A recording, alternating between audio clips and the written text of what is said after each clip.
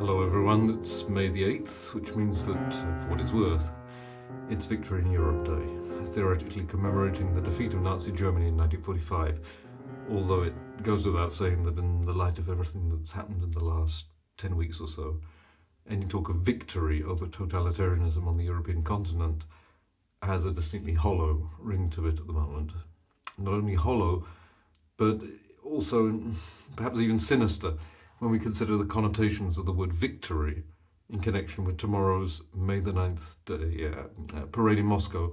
That's been all the talk of the international news media over the last few days in the context of the war in Ukraine and how it may proceed from this point. And it's here that I'd like to make an appeal to one of the classics of Russian musical literature, against those who are of the opinion that you have to ban everything that comes from Russia, regardless of whether it's Pushkin or Dostoevsky or Tchaikovsky, because I feel that the best of Russian thought and literature can provide perhaps a little deconstruction of the propaganda currently coming from the Kremlin, especially what many would consider to be one of the most distasteful aspects of the current rhetoric, which is the appeal to religion, specifically Russian Orthodoxy, with, it has to be said, and it's sad, but I don't think we can get away from it, the active complicity of Patriarch Kirill of Moscow, about whom I've written elsewhere. And the piece of music to which I'm referring is one of Sergei Rachmaninov's most famous, and I think most thought-provoking songs, entitled Christ is Risen, Христос воскрес. Now that's the Orthodox Easter greeting. And what's paradoxical about the song is that it's not really exactly a joyful song of triumph, which is what you might expect. What you hear is actually a profound and really tragic lament. And the text reads as follows. Christ is risen, they sing in church. Yet I am sad, my soul is silent. The world is full of blood and tears, and so this hymn in front of the altar sounds like an insult. Were he present among us to see the achievements of our glorious age? How brother hates brother, and how shameful man has become. And were he to hear, Christ is risen, in a gleaming church, what bitter tears he would weep before the crowd. The author of these words was a man named Dmitry Merezhkovsky, born 1865, died in 1941, and he was one of the founders of Russian symbolism.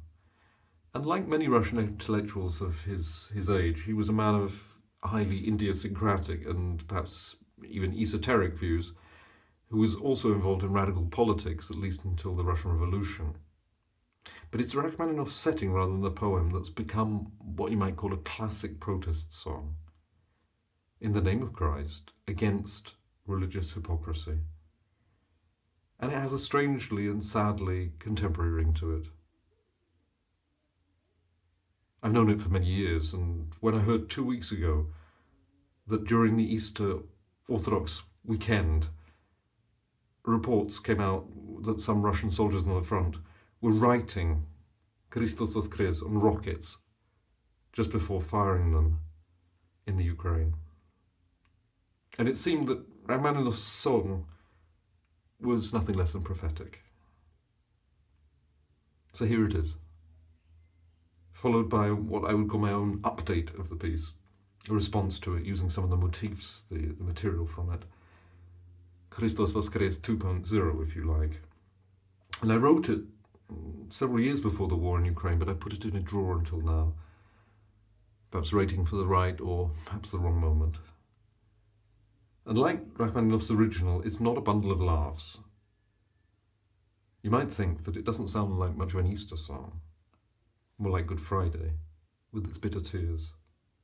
But I would argue that, to the contrary, the underlying message, which I hope can be heard regardless of whether you have any religious views or not, the underlying message is that if someone is going to sing about resurrection or victory, there's no sense to it unless it is accompanied by the values of peace, justice, and the forgiveness of one's enemies that are at the heart of the gospel of Christ, whom we claim to follow. After all, to quote the great contemporary Ukrainian composer Valentin Silvestrov, himself a refugee from Kiev, God has no need of a hypocrisy.